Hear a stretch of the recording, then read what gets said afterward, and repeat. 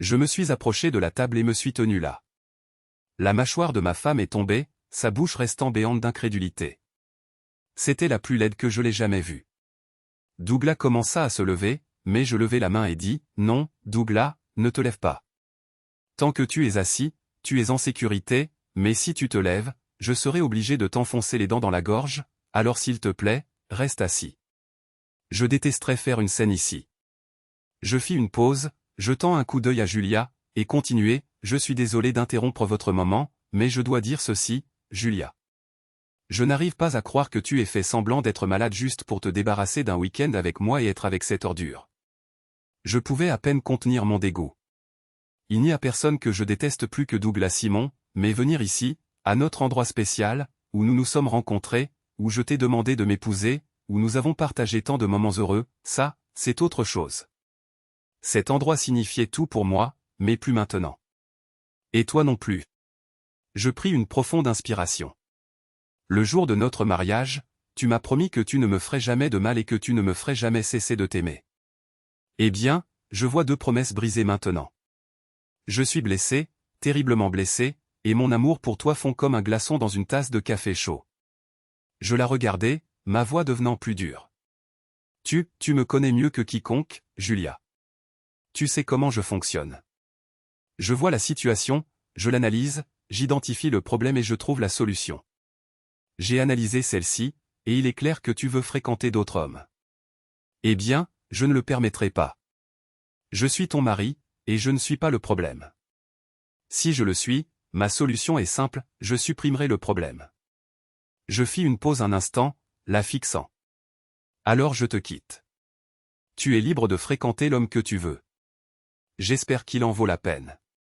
Je me tournai pour partir, mais ajoutai ensuite, Douglas, ce n'est pas fini. On se reverra. Je me dirigeai rapidement vers la sortie et dans la rue, l'esprit en ébullition. Je traversai Michigan Avenue et tournai au coin de la rue, vers le hall de l'hôtel Drake. Je me tins là, caché, observant Julia se précipiter hors de la porte et sur le trottoir. Elle me chercha désespérément du regard, mais je n'étais pas là. Après quelques instants, ses épaules s'affaissèrent et elle traversa la rue pour héler un taxi. Elle se dirigea vers le nord, en direction de notre appartement.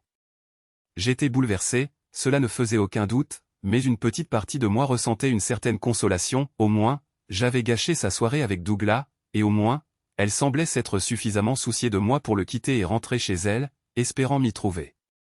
Mais elle ne m'y trouverait pas. Je restai caché, attendant un peu plus longtemps pour voir ce que Douglas ferait.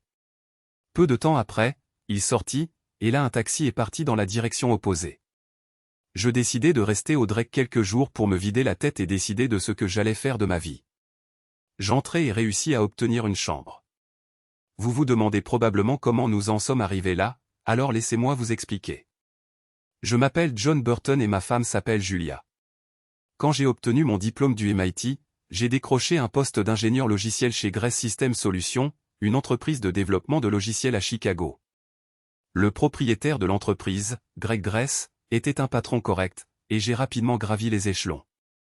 Je réussissais bien et ma carrière était sur de bons rails. Lors de la 2e fête de Noël de l'entreprise, Greg m'a présenté sa filleule, Julia. Elle était la fille de son meilleur ami, et je soupçonne qu'il les avait invités à la fête juste pour nous caser. Je suis content qu'il l'ait fait. Avez-vous déjà entendu parler du coup de foudre? Parce que c'est exactement ce qui s'est passé. Je pensais que Julia était la plus belle femme que j'ai jamais vue. Elle était pleine d'esprit, drôle et tout ce que je pouvais imaginer vouloir chez une partenaire. J'étais épris. Il ne m'a pas fallu longtemps pour dominer la soirée, et honnêtement, je pense qu'elle a fait de même avec moi. Nous nous sommes tout de suite entendus et n'avons jamais regardé en arrière.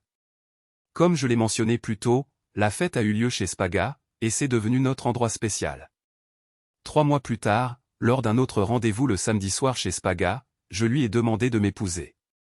Elle a sauté dans mes bras et a dit oui. Nous nous sommes mariés et nos vies n'ont fait que s'améliorer. Ma carrière a prospéré, la sienne aussi, et nous avons célébré nos succès ensemble. Nous nous sommes mariés en 2010 et, pendant un certain temps, tout a semblé parfait. Mais il y a environ 6 mois, j'ai commencé à sentir que la lune de miel était terminée. Je sais que cela n'est pas censé durer éternellement, mais je le voulais vraiment. Quelque chose avait changé, mais je ne pouvais pas vraiment mettre le doigt dessus. Je ne pouvais pas me défaire du sentiment que quelque chose n'allait pas. La romance semblait avoir diminué entre nous, bien sûr, je ne pouvais pas en être absolument certain, ce n'était qu'une sensation. Alors j'ai décidé de faire quelque chose. J'ai commencé à planifier une escapade surprise pour nous deux.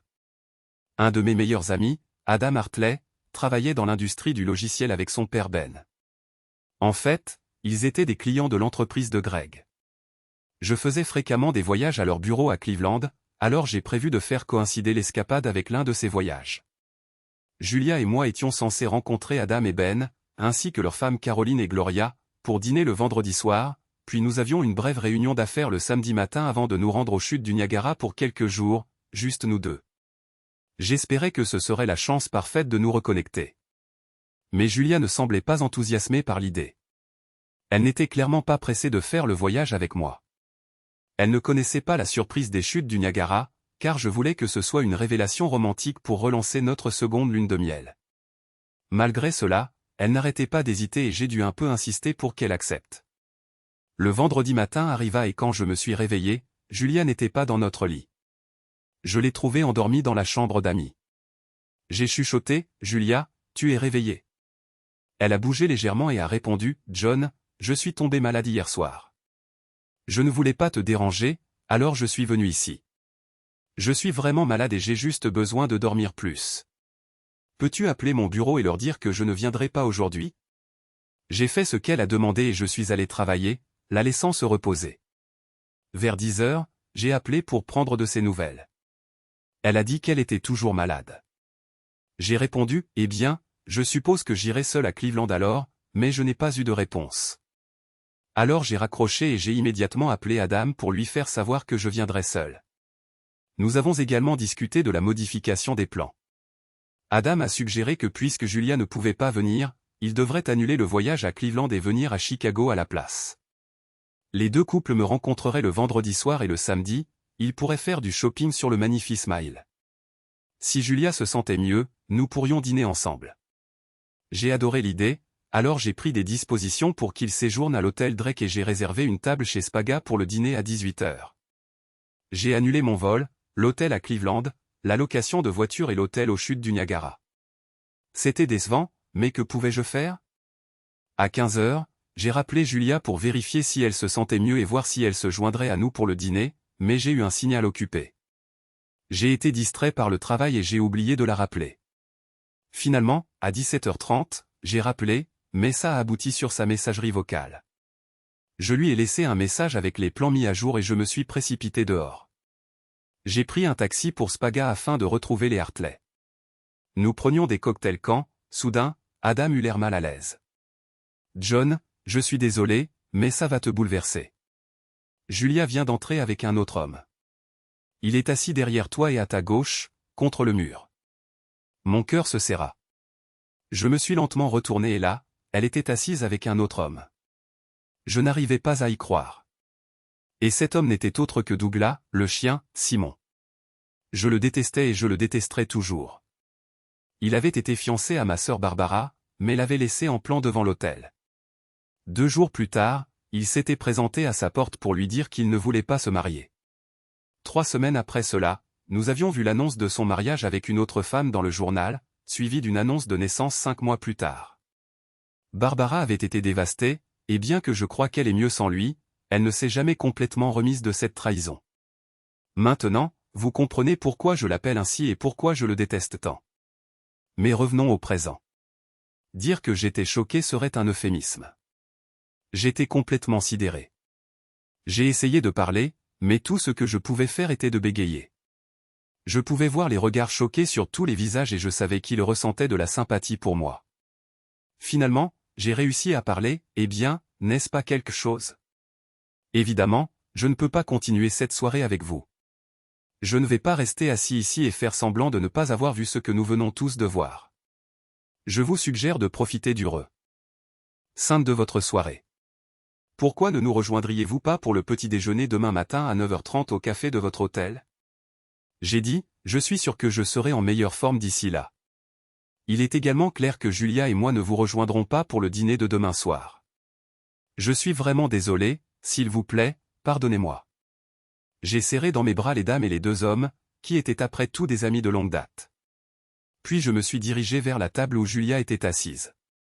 Je suis à peu près sûr qu'Adam m'a suivi à quelques pas derrière, juste pour s'assurer que tout allait bien. Ça n'allait pas être le cas, mais j'appréciais son inquiétude à mon égard. Me voilà de retour dans ma chambre au Drake.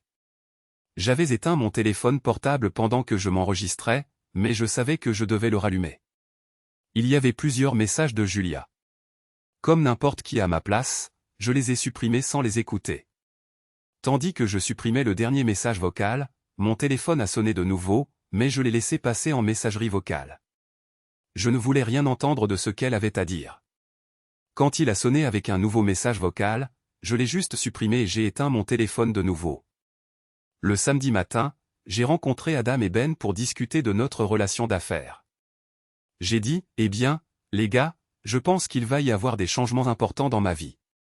Je ne suis pas encore sûr de ce à quoi ces changements ressembleront, mais j'aimerais vous demander de ne pas signer le nouveau contrat que Greg vous a envoyé. Pouvez-vous me donner un peu de temps pour régler les choses avec mon mariage et mon travail? Comme vous le savez, Greg est le meilleur ami du père de Julia et son parrain. Si vous le pouvez, il pourrait y avoir une meilleure affaire pour vous plus tard. Sinon, je comprends, mais honnêtement, je ne vois aucun inconvénient à rester au moins le mois avec Greg jusqu'à ce que j'ai réglé les choses.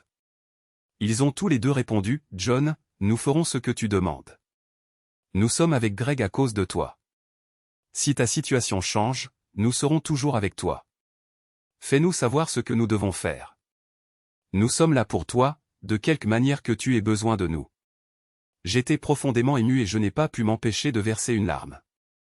Après une autre étreinte, les dames sont entrées dans le restaurant, prêtes à entraîner leur mari pour dépenser leur argent. Caroline, la femme d'Adam, a souri et a dit, « Allez, chérie, ta carte de crédit est froide et je pense qu'elle a besoin d'être réchauffée. » Gloria, la femme de Ben, a ajouté, « J'espère que les cartes de Ben sont résistantes à la chaleur, car nous allons les faire glisser tellement de fois aujourd'hui qu'elles risquent de fondre. Ce n'est pas tous les jours que nous pouvons faire du shopping sur le Magnifi Smile. » Malgré tout ce que je traversais, j'ai dû ricaner. Elles essayaient clairement de me remonter le moral tout en s'amusant avec leur mari. Des embrassades générales et ils sont partis. J'ai pensé aller au bureau pour mettre de l'ordre dans quelques affaires, mais j'ai supposé que Greg pourrait être là un samedi et que même Julia pourrait se présenter, s'attendant à me trouver. J'ai décidé de rester à l'écart et d'y aller le dimanche matin à la place pour gérer ce dont j'avais besoin. Le reste de l'après-midi du samedi a été passé à lire un livre. Le lendemain matin, je suis allé au bureau pour régler quelques détails. J'ai élaboré un plan pour ce que j'avais à faire le lundi, puis je suis retourné à ma chambre d'hôtel avec le Chicago Tribune. J'ai commencé à regarder les annonces d'appartements. Je ne pouvais pas rester longtemps au Drake, alors je devais trouver autre chose. Après en avoir trouvé quelques-unes, j'ai passé quelques appels et pris des rendez-vous pour mardi matin. Une fois tout programmé, j'ai décidé de me détendre et de regarder du football. Le lundi matin, je suis allé voir mon avocat, Roger. Il était mon avocat depuis que j'étais arrivé à Chicago, et je lui ai demandé s'il aurait un inconvénient à me représenter dans un divorce. Il a répondu, « Non, mon Dieu, John, tu ne peux pas sérieusement t'attendre à ce que je croie que tu divorces de Julia. Tu l'aimes comme personne je n'ai jamais vu aimer. » J'ai répliqué, « Roger, le mot-clé ici est d'aimer, au passé. Je ne l'aime plus. Si tu ne veux pas me représenter, c'est d'accord, mais tout ce que je demande, c'est que tu ne représentes pas Julia non plus. » Il a acquiescé, « Je préférerais ne représenter aucun de vous deux. Je pense que vous devriez essayer d'arranger les choses, mais si vous ne pouvez pas, je vous recommanderais Jacob Easterman. Il fera du bon travail pour vous, mais s'il vous plaît, essayez d'arranger les choses. » Je l'ai remercié pour la recommandation, mais je savais qu'il n'y avait pas de retour en arrière. « Roger, il n'y a aucune chance que nous arrangions les choses. Je ne l'aime plus, c'est tout. » J'ai rencontré Jacob Easterman et il m'a assuré qu'il pourrait avoir tous les documents prêts d'ici la fin de la journée de mardi. Julia serait signifiée le mercredi. La prochaine étape était une visite à ma banque. J'ai obtenu un chèque de banque pour la moitié de notre compte d'épargne. J'ai laissé le reste de l'argent sur notre compte courant, car il y aurait encore des factures à payer jusqu'à ce que le divorce soit prononcé. Julia et moi avions un arrangement spécifique concernant nos finances, nous cotisions chacun un montant fixe chaque mois pour couvrir les frais de fonctionnement. Nous mettions également de côté une certaine somme pour les repas, les divertissements et un fonds pour l'ameublement et d'autres articles. Ce compte avait considérablement augmenté parce que nous mettions toujours plus que ce que nous utilisions. C'est pourquoi je l'ai laissé pour qu'il puisse payer les factures jusqu'à ce que le divorce soit réglé. Nous mettions également chacun environ $500 par mois sur un compte d'épargne pour les vacances et les congés. J'ai pris 50% de ce compte. Quant à nos revenus individuels, nous les utilisions comme bon nous semblait, investissant comme nous le souhaitions. Mon compte d'investissement et son compte d'investissement étaient complètement séparés, gérés par différents courtiers. Je ne connaissais pas la valeur de son compte et je doutais qu'elle connût la valeur du mien. La seule chose que nous savions l'un de l'autre concernant nos finances était le dépôt mensuel sur les comptes courants et d'épargne. J'ai pris mon chèque de banque et suis allé dans une banque locale pour ouvrir de nouveaux comptes. J'ai déposé $25 000 sur le compte courant et $125 000 sur le compte d'épargne. Après avoir réglé quelques autres questions financières, assurances et autres, je me suis dit qu'il était temps de me rendre au bureau et de régler les choses là-bas. Dès que j'ai franchi la porte, Kelly, la réceptionniste, m'a dit « Greg veut te voir immédiatement dans son bureau ». Je me suis dit « Ça commence ».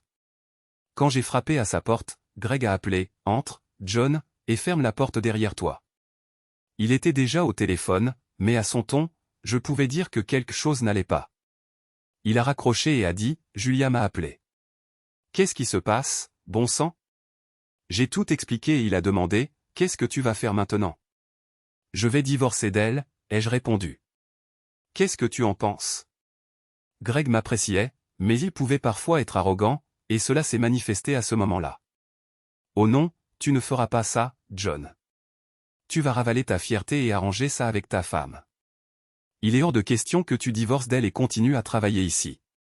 Voilà tes choix, arranger ça avec Julia ou je te vire. » J'étais abasourdi, du moins je fis semblant de l'être.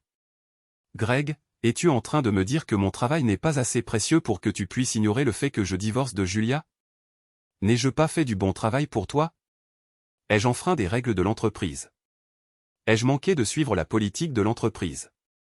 Vous avez sans doute deviné maintenant que j'avais mon téléphone en train d'enregistrer toute la conversation. John, tu fais un excellent travail pour l'entreprise, a dit Greg. Tu es aussi droit que possible et tu suis toujours les règles. Bon sang, tu as aidé à rédiger la politique de l'entreprise, je sais que tu la suis. Mais Julia est ma filleule. Je te le dis, à moins que tu n'arranges ça avec elle, je te vire. Est-ce que tu comprends? Je savais qu'il essayait juste de me faire pression, mais j'étais prêt à renverser la situation contre lui. Je n'ai pas souri, mais j'en avais envie. Au lieu de cela, j'ai dit d'une voix triste, « Alors Greg, tu vas devoir prononcer les mots, parce que je divorce de Julia. » Il a eu l'air surpris et déçu. « John, tu es viré. » J'ai demandé à ce qu'il me fasse escorter par la sécurité jusqu'à mon bureau pour que je puisse rassembler quelques affaires. Je m'étais douté que cela pouvait arriver, alors j'avais déjà préparé quelques affaires le dimanche. Après toutes ces années de collaboration, je connaissais assez bien Greg. Quand je suis arrivé à mon bureau, enfin, je suppose que je devrais dire mon ancien bureau, il n'y avait que quelque chose que je voulais. Je les ai emballés dans une petite boîte que j'avais prise du débarras. Au moment de partir, Greg a dit, « John, et cette photo ?» C'était une photo de Julia et moi le jour de notre mariage. Elle était magnifique dans sa robe de mariée et j'avoue que je n'étais pas trop mal non plus dans mon smoking. Une vague de tristesse m'envahit et les larmes me montèrent aux yeux. « Oh, j'ai toujours aimé ce cadre, » ai-je dit. J'ai pris la photo, en ai retiré le dos et j'ai jeté la photo à la poubelle. J'ai placé le cadre dans ma boîte d'affaires. Alors que je me retournais pour sortir, Julia se tenait là. Elle avait l'air choquée et les larmes coulaient sur son visage. De toute évidence, elle m'avait vu me débarrasser de la photo de mariage et avait ressenti l'impact de ce que j'avais fait. Elle a demandé d'une voix étouffée, « Johnny, pouvons-nous parler? Julia, tu m'as déjà trompé. Comment t'attends-tu à ce que nous allions de l'avant? Tu as brisé les 2 promesses que tu m'as faites le jour de notre mariage. Tu m'as blessé si profondément que ça m'a brisé le cœur, et tu as fait quelque chose qui m'a fait cesser de t'aimer. On l'a dit maintes fois, on ne peut pas réparer un cœur brisé. Que reste-t-il? Penses-tu vraiment que je pourrais me remettre du fait que tu m'aies trompé? Tu sais à quel point je déteste Douglas après ce qu'il a fait à Barb, et tu m'as trompé avec lui. Tu ne peux sûrement pas t'attendre à ce que nous puissions encore réussir en tant que mari et femme. Non, Julia, il n'y a plus rien à dire. Sur ce, j'ai continué à franchir la porte, quittant mon emploi et la vie de Julia. J'ai appelé Adam et lui ai dit que Julia et moi divorcions et que j'avais été viré de Grace System Solutions à cause de cela. J'ai expliqué que je travaillais sur un nouveau programme de système de sécurité, un programme qui serait largement supérieur à ce que Grace offrait, mais que j'avais besoin de quelques mois pour le préparer à la mise en œuvre. Pendant les 2 dernières années, Greg ne m'avait pas permis de programmer dans le cadre de mon travail, préférant que je me concentre sur les projets de maintenance système et les relations clients. À cause de cela, j'avais écrit du code sur mon temps libre et j'étais presque terminé. Si je n'avais pas été viré, je l'aurais proposé à Greg après qu'il aurait vu les améliorations par rapport à son programme actuel, mais maintenant j'étais libre de le commercialiser par moi-même. Adam a dit qu'il devrait vérifier avec son père avant de donner une réponse définitive, mais j'étais confiant qu'il serait prêt à me donner quelques mois pour finaliser le programme. Après cela, il l'évaluerait et, selon cela, pourrait le mettre en œuvre. J'ai quitté l'hôtel en 4 jours pour un très bel appartement. Le loyer était élevé, mais j'avais les réserves nécessaires pour que ça marche pendant quelques mois. Après le déménagement, j'ai passé 10 à 12 heures par jour à écrire et à tester du code. Je savais que je pouvais le préparer pour le marché bientôt, mais j'étais poussé à le finir et à passer à autre chose dans ma vie. Pendant ce temps, Julia a été signifiée des papiers du divorce. Elle m'a appelé de nombreuses fois, voulant discuter. J'ai écouté tous ses messages vocaux, mais il n'y avait rien que je sentais devoir être dit. Elle disait, « Johnny, j'admets que j'aurais probablement couché avec Douglas si tu n'étais pas intervenu, mais je ne l'ai jamais fait. Je ne sais pas à quoi je pensais, mais je t'aime, s'il te plaît, appelle-moi. » Elle disait, « Johnny, je t'aime. Je ne veux pas divorcer, s'il te plaît, appelle-moi. » Puis, « Johnny, ne peux-tu pas trouver un moyen de me pardonner et de rester marié à moi? Et, Johnny, tu me manques. » J'en avais marre, alors j'ai appelé Jacob et lui ai demandé de contacter l'avocat de Julia et de lui dire que je demanderais une ordonnance restrictive si elle ne s'arrêtait pas. Peu après, j'ai reçu un dernier message de Julia, « Johnny, je t'aime et je veux de tout mon cœur mettre fin à cela et passer le reste de ma vie à t'aimer. Je n'arrive pas à croire que tu veuilles une ordonnance restrictive contre moi, mais si tu dois le faire, vas-y. Ce sera mon dernier message pour toi. Je te veux plus que la vie elle-même, mais la balle est maintenant dans ton camp. Je suis désolé de t'avoir fait tellement de mal que tu ne veux même pas me parler. Je t'aime, chérie, appelle-moi quand tu veux. » Fidèle à sa parole, je n'ai plus reçu de messages vocaux ou de SMS. L'effet n'a pas été tout à fait celui que j'attendais, cela a vraiment mis un point final à notre mariage, même si nous n'étions pas encore divorcés, mais cela m'a aussi rendu incroyablement triste. 3 semaines passèrent rapidement tandis que je travaillais sur mon programme des heures chaque jour. Le vendredi après-midi, peu après le déjeuner, j'ai reçu un appel de Jacob m'informant que nous avions une audience au tribunal prévue pour le mercredi suivant au matin avec la juge Janice Caldwell. Il a dit que ce n'était pas une bonne nouvelle parce qu'elle avait la réputation d'être totalement contre le divorce et qu'elle obligeait tout le monde à passer par toutes sortes d'épreuves avant d'en accorder un, si elle l'accordait du tout. Lorsque nous sommes arrivés à la salle d'audience, Julia et son avocat étaient déjà là. Notre affaire fut appelée rapidement. Une fois que nous fûmes assis, le huissier fit l'appel à l'ordre dans la salle d'audience, « Levez-vous. » Nous nous sommes levés et la juge Caldwell est entrée. Elle s'est assise et nous a accueillis.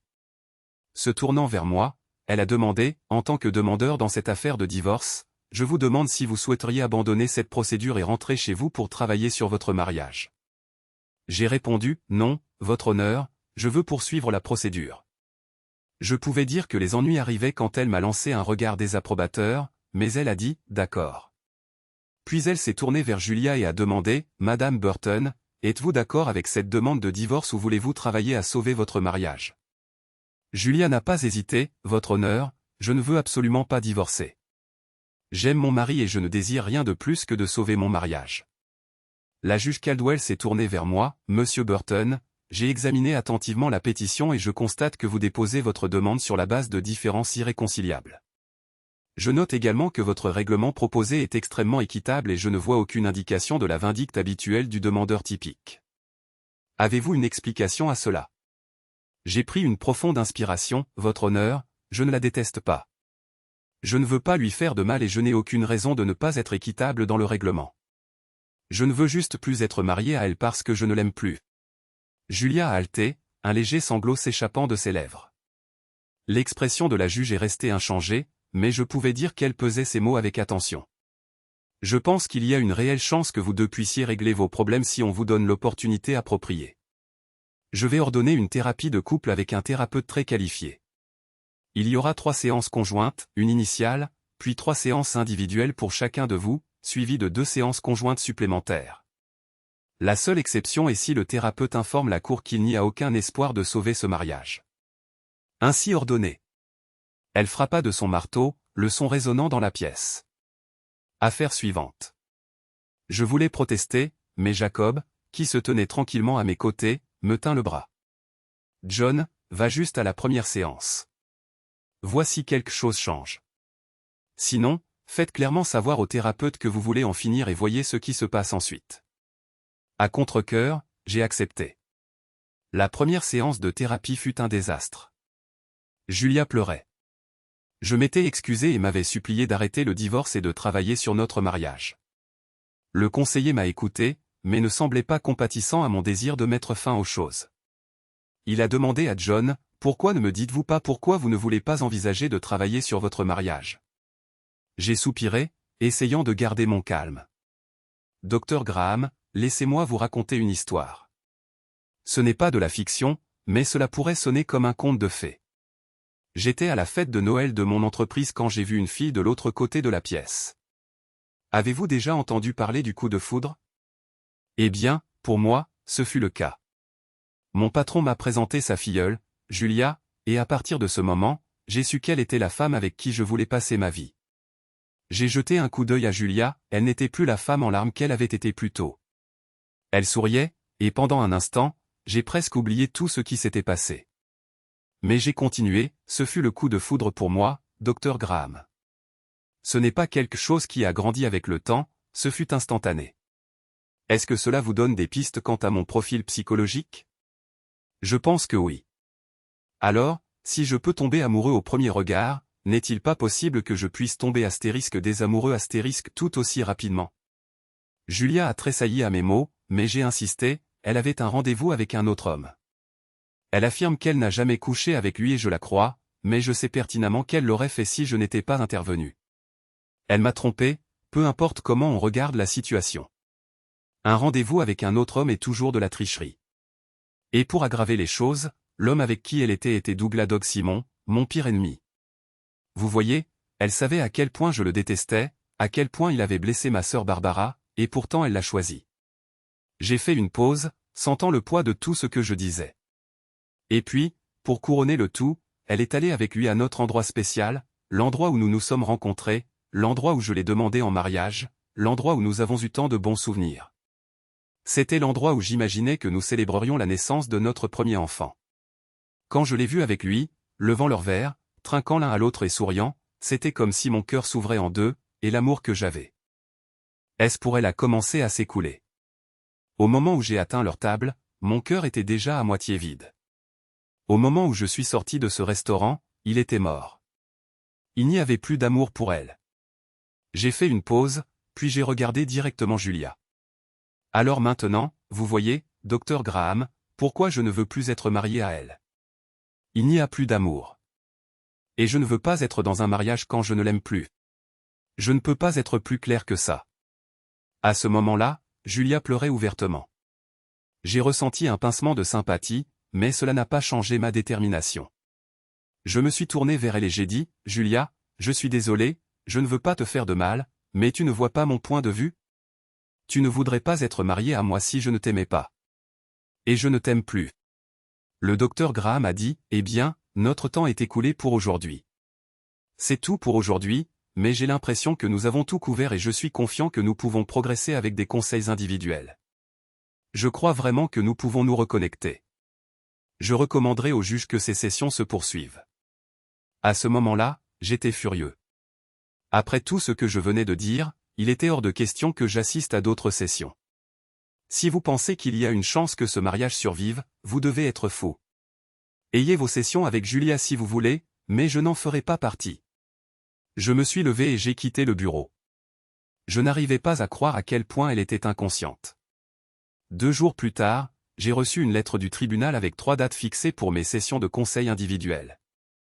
Inutile de dire que lorsque la première date est arrivée et que je n'y ai pas assisté, j'ai été escorté au palais de justice. Je me suis tenu devant la juge Caldwell qui m'a finalement tenu en outrage au tribunal. Elle m'a infligé une amende de $500 et m'a dit que si je manquais ma prochaine session, je serais emprisonné. Je lui ai dit, alors vous devrez m'emprisonner, parce que je ne vais plus à aucune session. Et c'est exactement ce qui s'est passé. J'ai manqué la session suivante et 2 heures après l'heure prévue, un policier a frappé à ma porte. Il m'a escorté à la prison du comté de Cook. Quel endroit charmant, pensais-je, mon Dieu. Mon avocat me rendait visite tous les jours, essayant de me convaincre d'assister aux séances de conseil, mais je refusais. Le 3e jour, j'ai eu un autre visiteur, mon ancien patron Greg. Il a eu droit à une visite de 15 minutes. « John, je suis désolé que tu traverses ça, dit-il. Je suis aussi désolé de la façon dont je t'ai traité. J'aurais dû voir comment les choses allaient avec toi et te soutenir davantage. Je pense avoir un moyen de te sortir de là, si tu me donnes une chance de travailler ça avec toi. Si tu acceptes le conseil individuel, la juge Caldwell te laissera sortir de prison. Ensuite, toi et moi pourrons nous asseoir et discuter de ce qui, à mon avis, t'aidera à résoudre ta situation. Tout ce que je demande, c'est que tu envisages de revenir travailler pour moi après. Pas de promesse, juste d'y réfléchir. Pour la première fois depuis longtemps, je me suis senti bien à propos de quelque chose. Greg avait toujours été mon ami et m'avait traité équitablement avant que tout n'explose avec Julia.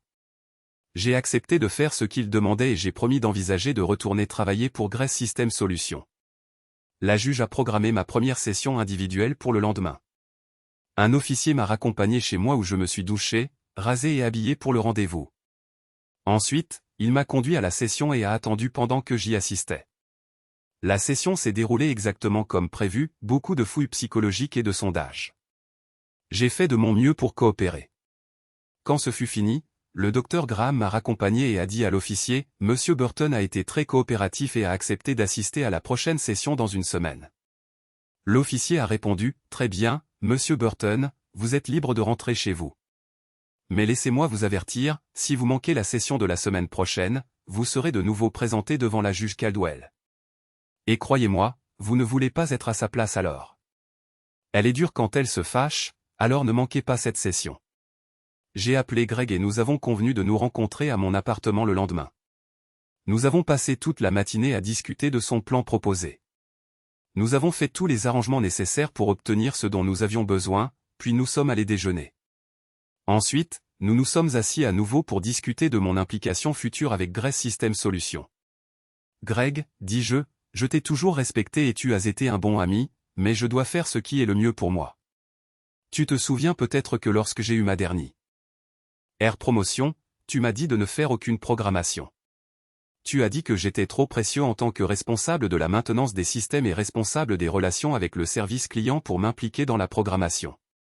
Le fait est, Greg, que j'adore écrire du code. Alors, j'ai travaillé sur un nouveau programme de sécurité qui a des générations d'avance sur tout ce qui existe sur le marché. Crois-moi, il te couperait le souffle. Il révolutionnerait la sécurité des systèmes à travers le pays. Tu sais à quel point les détaillants ont des problèmes avec le piratage, eh bien, avec mon programme, ce sera totalement impossible. Je suis à quelques mois de le tester sur de vraies données d'entreprise et j'estime qu'il sera prêt à être déployé dans 3 ou 4 mois. Greg a hoché la tête, tu as déjà organisé un test, n'est-ce pas? J'ai souri, Greg, je n'ai jamais pu te jeter de la poudre aux yeux. Oui, je l'ai organisé. Adam et son équipe sont partants. Ils sont avec toi grâce à mon amitié personnelle avec Adam, et honnêtement, si mon programme fonctionne, ils te quitteront. Greg a dit, je sais que tu as raison, mais comment comptes-tu contourner la clause de non-concurrence de ton contrat? Greg, la clause de non-concurrence ne s'applique que si je démissionne ou si je suis licencié pour faute, ai-je répondu. Mais aucune de ces situations ne s'applique ici. Tu m'as viré parce que je ne voulais pas essayer de sauver mon mariage. Pour cette raison, il n'y a pas de problème de non-concurrence. Greg m'a lancé un sourire malicieux, sans vouloir être pointilleux, j'aurais toujours pu trouver des problèmes liés au travail pour avoir des raisons. J'ai ri, et il m'a lancé un regard, clairement agacé que je trouve ça drôle. Greg, dis-je, j'ai enregistré notre conversation lorsque tu m'as viré. J'ai clairement demandé s'il y avait des problèmes liés au travail responsable de mon licenciement et tu as dit non. Tu as admis que mon licenciement était entièrement lié à Julia. Je t'ai enregistré. Pourquoi as-tu jugé nécessaire d'enregistrer cette conversation, a-t-il demandé. Parce que, Greg, ai-je répondu, je te connais. Je savais à quel point tu aimes Julia et j'étais presque sûr que tu ferais tout ce que tu pouvais pour m'empêcher de divorcer d'elle. D'accord, c'est juste, a-t-il dit. J'ai continué, je compte faire fortune avec ce nouveau logiciel et je suis prêt à partager cela avec toi sous certaines conditions. Je reviendrai travailler pour toi à temps plein. Mes fonctions peuvent rester les mêmes avec les relations clients, mais je ne retournerai pas du côté de la maintenance des systèmes. Tu devras embaucher un responsable pour gérer cela, et ce responsable devra me rendre des comptes parce que le nouveau programme sera étroitement lié au système. Si tu es d'accord, je suis confiant que tu adoreras ça. J'ai fait une pause un instant. Le reste de mon temps, environ 40%, sera consacré au développement de programmes. Même si je travaillerai à temps plein pour toi, je serai payé pour développer mon programme et les futurs programmes. La propriété exclusive de ces programmes restera la mienne. En échange, je te concéderai une licence exclusive pour les commercialiser avec un pourcentage de redevance fixe payable à moi. Je sais que cela semble audacieux, Greg, mais crois-moi, une fois que tu verras sur quoi je travaille, tu seras ravi de cet accord. Nous allons faire un carton. Greg, toujours l'homme d'affaires, a hoché la tête. J'accepte toutes les conditions de cette proposition. Notre avocat d'entreprise te contactera pour rédiger l'accord, mais comprends bien que si j'estime que ça ne fonctionne pas comme prévu, j'aurai toujours l'option de te laisser partir. Dans ce cas, j'aimerais que tu modifies le pourcentage de redevance à un chiffre plus élevé. Ma prochaine session de conseil prévue est arrivée et a disparu sans que j'y assiste. Fidèle à sa parole, un officier a frappé à ma porte et m'a traîné au palais de justice, cette fois menotté. Il a ricané, je t'avais prévenu, mon gars. Lorsque la juge Caldwell est entrée dans la salle d'audience, j'ai remarqué que la couleur de son visage était au moins 2 ou 3 nuances de rouge. De la fumée semblait pratiquement sortir de ses narines et ses yeux lançaient des éclairs. Oui, comme prévu, elle était furieuse. Eh bien, monsieur Burton, il semble que vous l'ayez encore fait, a-t-elle dit. Je vous déclare en outrage au tribunal et vous condamne par la présente à 30 jours de prison. Julia était là, bien que je n'ai aucune idée de pourquoi. Elle a soudainement éclaté, non, votre honneur, s'il vous plaît, ne faites pas ça à John. Je retire mes objections à sa demande de divorce. S'il vous plaît, accordez-le et ne l'envoyez plus en prison. Des postillons lui ont pratiquement volé de la bouche quand la juge Caldwell a rétorqué, c'est trop tard pour ça, ma chère. Il va passer du temps en prison, point final. À ce moment-là, j'ai bondi, votre honneur, j'aimerais m'approcher de l'estrade. Elle m'a fusillé du regard et a claqué, vous n'êtes pas autorisé à vous adresser directement à moi. C'est à ça que sert un avocat. Je me suis tourné vers Jacob, mon avocat. Jacob Easterman, vous êtes viré. Puis j'ai regardé la juge, votre honneur, je me représenterai moi-même et je souhaite m'approcher de l'estrade. J'ai avancé, et l'avocat de Julia aussi. Qu'est-ce que c'est, monsieur Burton? A demandé la juge. Votre honneur, j'ai commencé, j'aimerais demander une brève réunion dans votre cabinet pour régler cette affaire. Je crois que si nous avons cette réunion, tout pourra être résolu à la satisfaction de tous. Très bien, a-t-elle dit. Les conseillers me rencontreront dans mon cabinet dans 10 minutes. Je déclare une courte pause. Une fois réunis dans son bureau, j'ai demandé que la réunion soit officieuse. Elle était sur le point de parler, mais j'ai rapidement ajouté, votre honneur, j'ai des raisons de croire qu'il y a des problèmes ici que ni vous ni l'avocat de Julia ne voudriez voir rendus publics. Après une longue pause, elle a hoché la tête et a ordonné au greffier de quitter la pièce. Très bien, monsieur Burton, c'est votre moment, nous vous écoutons. J'ai pris une profonde inspiration. Tout d'abord, votre honneur, je n'ai aucun désir que quiconque soit davantage blessé dans cette procédure. Veuillez me croire lorsque je dis que j'ai des raisons de croire qu'il y a eu un manquement aux règles de la justice ici. Je ne veux pas que vous soyez blessé, et je ne veux certainement pas que votre mariage soit détruit. Je ne veux pas non plus voir le mariage des parents de Julia détruit, et je ne veux certainement pas que Julia soit blessée. Je ne l'aime plus et je ne veux plus être marié à elle, mais je ne veux pas que sa vie s'écroule. Comme vous l'avez peut-être déjà deviné, j'ai des preuves de votre liaison avec le père de Julia, ce qui vous obligerait à vous récuser de cette affaire. Les preuves sont irréfutables et explicites, j'ajouterai. Je pourrais les présenter ici à vous et à l'avocat adverse si nécessaire, mais je préférerais ne pas le faire. Si j'y suis contraint, je les soumettrai au conseil de révision judiciaire, mais je ne veux pas en arriver là. Comme je l'ai dit, je ne veux pas que quiconque soit davantage blessé. Julia serait dévastée et je ne sais pas si vos 2 mariages y survivraient. Je veux juste mon divorce. J'ai jeté un coup d'œil à l'avocat de Julia, espérant une quelconque reconnaissance de ma déclaration. Qu'en pensez-vous, ai-je demandé. Il a regardé la juge Caldwell avant de parler. Votre honneur, je vous ai toujours respecté pour n'avoir jamais renoncé au mariage qui avait encore une chance. Vous avez été dur dans certains cas, mais j'ai compris pourquoi vous le faisiez. En supposant que les preuves de M. Burton soient légitimes, je serais déçu que vous ayez eu une liaison, et plus encore que vous ne vous soyez pas récusé de cette affaire. Mais comme lui, je ne voudrais pas que vous soyez blessé. Je crois que vous devriez lui accorder son divorce. Se tournant vers moi, il ajouta, « Monsieur Burton, ma seule requête est que vous vous asseyiez avec Julia un instant et la laissiez vous parler. Je sais que vous avez dit au conseiller que votre cœur est brisé et je le comprends, mais sachez que le sien l'est aussi. Donnez-lui juste quelques minutes de votre temps. Rien de tout cela n'a besoin de sortir de cette pièce si vous accordez le divorce. » Lorsque nous sommes retournés dans la salle d'audience, la juge Caldwell a prononcé le divorce. Le règlement de la propriété a également été approuvé tel que présenté, chacun de nous garderait ses comptes d'investissement, ses 401 K, et 50% de nos économies. Le compte des dépenses de fonctionnement couvrirait toutes les factures jusqu'à la finalisation du divorce et au-delà.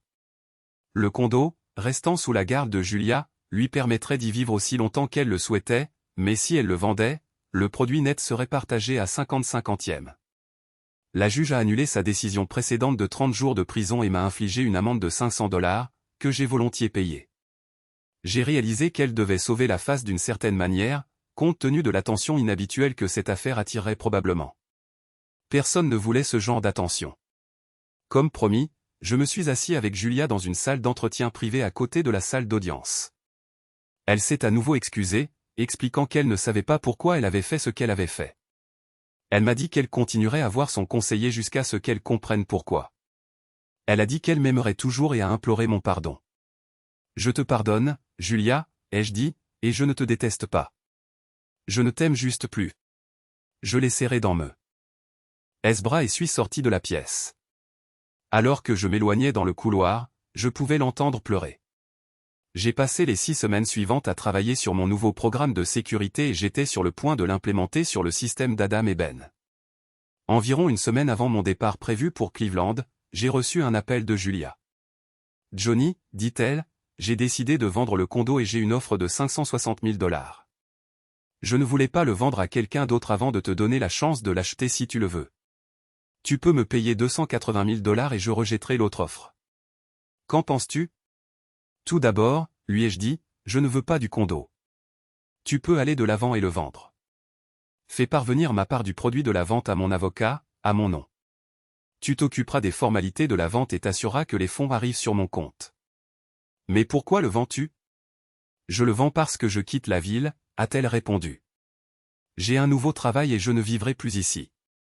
Elle m'a ensuite dit qu'elle avait découvert la liaison entre son père et la juge, et bien que je n'ai voulu blesser personne, cela l'avait tout de même blessée quand elle l'avait appris. Elle a dit qu'elle avait juste besoin d'un nouveau départ. Je lui ai souhaité tout le meilleur pour son nouveau travail et lui ai dit au revoir. 2 semaines plus tard, je suis entré dans l'entreprise d'Adam et Greg avec mon package logiciel de sécurité prêt pour la phase de test et l'implémentation sur le système en direct. Adam m'a accueilli avec un grand câlin, disant qu'ils étaient impatients de commencer. « John, dit-il, permets-moi de te présenter notre administratrice informatique. » Et là se tenait Julia. J'ai jeté un coup d'œil à Adam. « Qu'est-ce qui se passe ici ?» ai-je demandé. Il a souri et a répondu, « Julia est notre nouvelle administratrice informatique. Je suis sûr que tu sais à quel point elle est talentueuse et je suis sûr que tu vas. » J'ai été un peu décontenancé mais j'ai répondu, « J'aurai besoin d'un poste de travail pour travailler sur quelques points le reste de la journée. Je travaillerai un peu avec Julia, mais surtout, je préparerai le package pour l'installation. L'ordinateur devrait avoir un accès Internet. » J'ai réussi à me calmer et je dois admettre que la journée a été étonnamment agréable. J'avais toujours pensé que Julia était spirituelle, intelligente, pleine d'humour, belle et amusante à fréquenter. Aucun de ses attributs n'avait changé. Comme je l'ai dit, la journée a été agréable. Julia avait toujours été ma meilleure amie, ainsi que ma femme, et je me suis surpris à regretter son absence d'une manière inattendue tout au long de la journée. Il était clair qu'elle faisait tout ce qu'elle pouvait pour rester près de moi, interagir avec moi et, oui, me toucher subtilement. Cela avait un effet, même si j'essayais de ne pas le montrer. J'avais toujours considéré Julia comme ma meilleure amie et, en vérité, elle me manquait. À 17h, nous nous sommes dit au revoir avec un « à demain » désinvolte et sommes partis. Assis dans ma chambre d'hôtel plus tard ce soir-là, j'ai beaucoup réfléchi et j'ai décidé de faire un geste audacieux. Je me suis connecté à mon ordinateur portable et j'ai piraté le système informatique de l'entreprise. Oui, comme on pourrait s'y attendre d'un programmeur, j'avais toujours laissé une porte dérobée dans le système, juste au cas où j'aurais besoin d'un accès. Quoi qu'il en soit, j'ai piraté les dossiers du personnel et trouvé l'adresse de Julia. Je suis allé au magasin de vin, j'ai acheté une bouteille de son vin préféré et j'ai conduit jusqu'à son appartement. Le portier m'a demandé si elle m'attendait et, quand je lui ai dit non, il a appelé son appartement. Sans réponse, j'ai supposé qu'elle était peut-être sortie et n'était pas encore rentrée. J'ai demandé s'il était acceptable que j'attende et il m'a conduit à un petit salon sur le côté du hall. Peu de temps après, j'ai vu Julia entrer par la porte avec un homme. Alors qu'ils atteignaient l'ascenseur, il l'a serrée dans ses bras, l'a embrassée et lui a même tapoté les fesses. Le portier s'est approché d'eux, a dit quelque chose à Julia et a pointé dans ma direction. J'ai commencé à marcher vers eux et j'ai entendu Julia dire « Oh mon Dieu, non, s'il te plaît, non. » Eh bien, nous y revoilà, ai-je dit. J'ai l'impression de toujours interrompre vos rendez-vous. J'ai tendu la bouteille de vin à l'homme et j'ai dit « Passez une bonne soirée, vous deux. » Alors que je sortais, Julia s'est précipitée après moi.